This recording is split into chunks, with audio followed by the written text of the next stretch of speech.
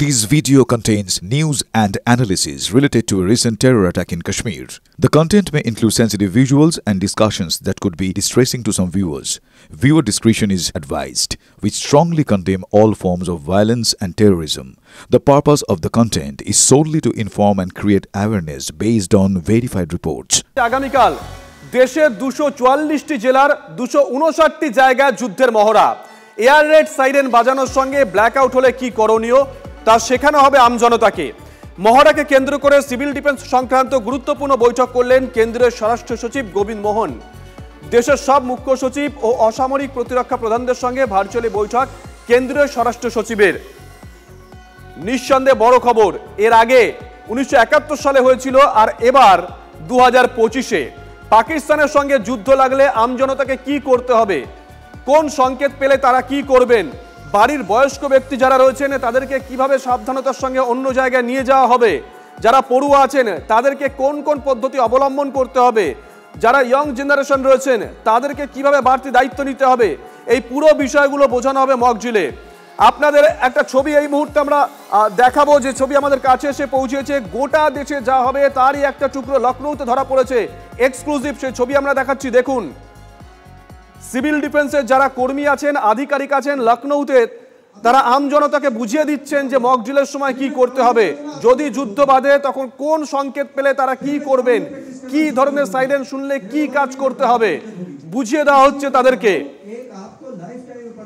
Black out হলে তখন কি করণীয়, গোটা বিষয়টা বুঝিয়ে দিচ্ছেন সিভিল ডিফেন্সের কর্মীরা। সব বয়সী মানুষ সামিল হয়েছেন এই মকজিলে। একবার দেখুন ছবিটা। नहीं करना, आपने परेड की, आपने कितने काम किए लखनऊ में, आप लोग की बहुत प्रशंसा हुई है, लेकिन आज मैं देख रहा हूँ आप लोग कमांड को क्यों नहीं फॉलो कर रहे हो? क्या बात है, क्या प्रॉब्लम है? भूख लगी है? আমরা লখনৌয়ের ছবি দেখাচ্ছি। সিভিল ডিফেন্সের আধিকারিক যারা আছেন লখনৌয়ের আমজনতাকে বুঝিয়ে দিচ্ছেন মকজিল, বুঝিয়ে দিচ্ছেন যে কোন ধরনের সংকেত পেলে আমজনতাকে কি করতে হবে, কি সংকেত পেলে তারা আলো নিভিয়ে দেবেন, আবার কি সংকেত পেলে তারা পুনরায় আলো জ্বালাবেন।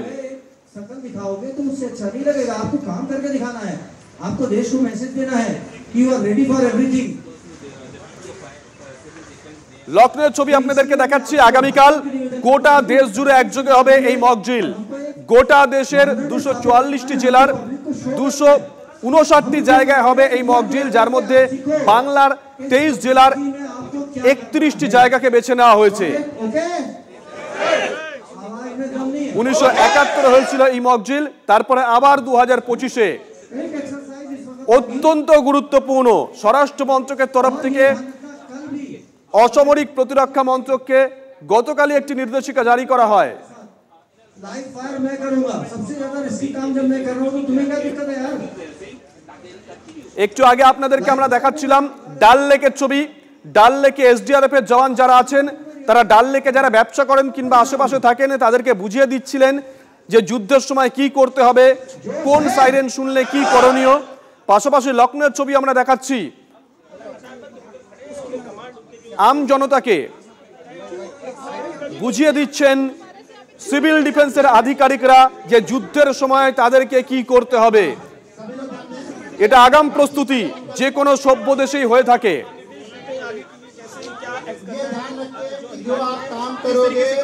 দুটো ছবি দেখুন, ডাল লেকের ছবি দেখাচ্ছিলাম।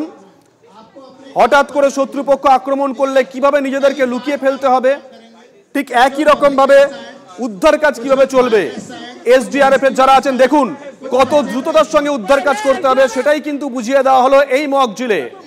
স্পিড বোট আসার সঙ্গে সঙ্গে বেশ কয়েকজন ঝাঁপিয়ে পড়লেন জলে। অন্যদিকে লখনৌয়ের ছবি, সেখানে এক জায়গায় আমজনতাকে জড়ো করেছিলেন সিভিল ডিফেন্সের আধিকারিকরা এবং সেই আমজনতাকে বুঝিয়ে দিচ্ছেন যে যুদ্ধের সময় তারা কি করবেন কি করবেন না। আচ্ছা, উত্তর কাশ্মীরে জঙ্গলে কি লুকিয়ে আছে পেহেলগাঁওয়ে হামলাকারীরা? তল্লাশি অভিযান জারি যৌথ বাহিনীর, ড্রোন সহ অত্যাধুনিক প্রযুক্তি ব্যবহার বাহিনীর তরফ থেকে। যে ছবি আপনাদেরকে আমরা দেখাচ্ছি দেখুন। पहलगाम आतंकी हमले के बाद जहां एक तरफ लगातार जम्मू कश्मीर में हाई अलर्ट है, वहीं दूसरी तरफ सुरक्षा को चाक चौबंद किया जा रहा है।